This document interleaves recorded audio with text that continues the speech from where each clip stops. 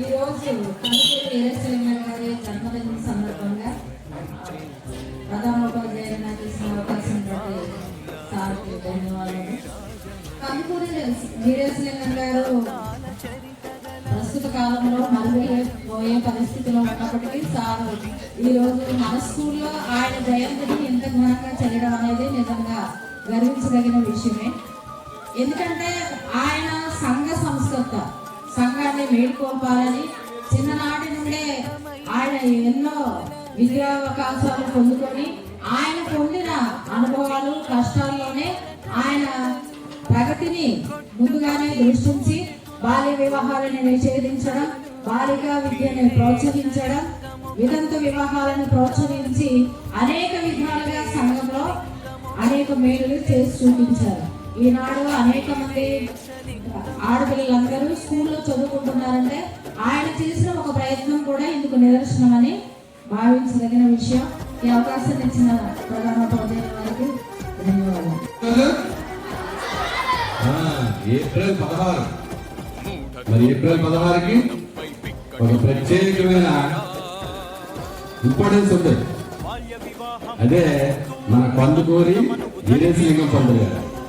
ఆయన 1848వ సంవత్సరం ఏప్రిల్ 16వ తేదీన జన్మించారు కాబట్టి మనం ఇదే రోజు ఈయన యొక్క ఈ కార్యక్రమాన్ని మన పాఠశాలలో జరుపుకోవడం జరుగుతుంది. మరి కందుకూరి వీరేశలింగం కోసం మనం తెలుగు పాఠ్యపుస్తకాల్లో చదువుకుంటున్నాం. మరి ఆయన ఎక్కడ జన్మించారు అని అడిగితే మనం ఏం చెప్పాలి? రాజమండ్రిలో జన్మించారు. ఆయన ఏ ఊళ్ళో జన్మించారమ్మా? రాజమండ్రిలో ఒక బ్రాహ్మణ కుటుంబంలో ఆయన జన్మించడం జరిగింది. ఆయన యొక్క తల్లి పేరు పొన్నమ్మ, తండ్రి పేరు సుబ్బారాయుడు. మరి ఈయన ఒక పేద బ్రాహ్మణ కుటుంబంలో పుట్టి ఈ రోజు ఆయన అంచెలుగా ఎదిగి ఒక రచయితగా, సంఘ సంస్కర్తగా, అంతేకాకుండా ఎన్నో గ్రంథాలు రాసిన గొప్ప కవి సంపాదించడం జరిగింది. ఓకే, ఇది రాజా రామ్మోహన్ రాయ్ గురించి మీరు వినే ఉంటారు కదా. ఈయన్ని ఆయన దేశ స్థాయిలో అంటే నేషనల్ లెవెల్లో రాజా రామ్మోహన్ రాయ్ అంటే ఈయన మన ఆంధ్రప్రదేశ్ లో రాజా రామ్మోహన్ రాయ్గా ఇది కీర్తించడం జరిగింది. అదే చెప్పలే మన కందుకూరి వీరేశలింగం గారిని కీర్తించడం జరిగింది. మరి ఈయన 1919వ సంవత్సరంలో చనిపోవడం జరిగింది. ఓకే, చూసానప్పుడు మరి ఆ జబ్బు రావడం, తర్వాత ఆ నాన్నగారు 4 సంవత్సరాల వయసులో చనిపోవడం, తర్వాత పెదనాన్న ఈయన వెంకటరత్న గారు ఈయన్ని పోషించి పెంచి చదువు నేర్పించడం కూడా జరిగింది. ఓకేనా? ఈరోజు ఈ కార్యక్రమానికి మంచి అవకాశం ఇచ్చిన హెచ్ఎం గారికి ప్రత్యేకమైన ధన్యవాదాలు.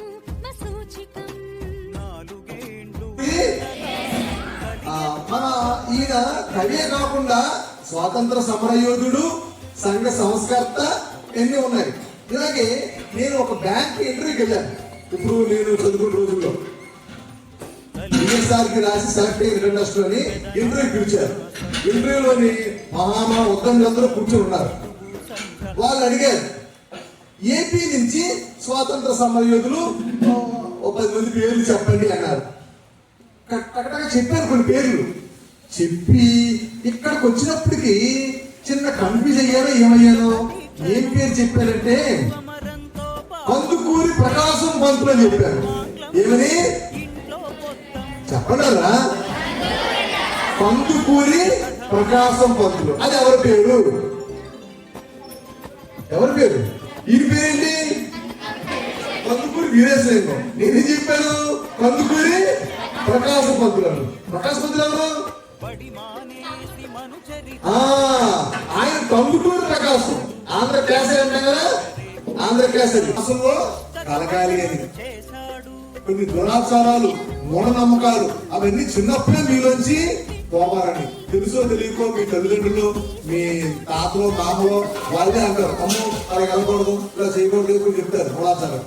అది కూడా మంచి ఉండొచ్చు, కానీ కొన్ని మూఢాచారాలను కూడా వాళ్ళు ఆచారాలుగా భావిస్తూ ఉంటారు. అంచేత ఇటువంటి సంస్కృతులు గొప్ప వాళ్ళు దినోత్సవాలు పుట్టినరోజులు మనం జరుపుకుంటున్నప్పుడు వాళ్ళ గురించి స్మరించుకుంటూ వాళ్ళ సేవలు తెలుసుకుంటూ మనం కూడా అటువంటి ఆధునిక భావాలతో జీవించాలని ఈ పేరును మార్చి పెట్టారిద్దరు కాపురం పెద్దమ్మ చికాకు వల్ల సాగెను వేరే సంసారం.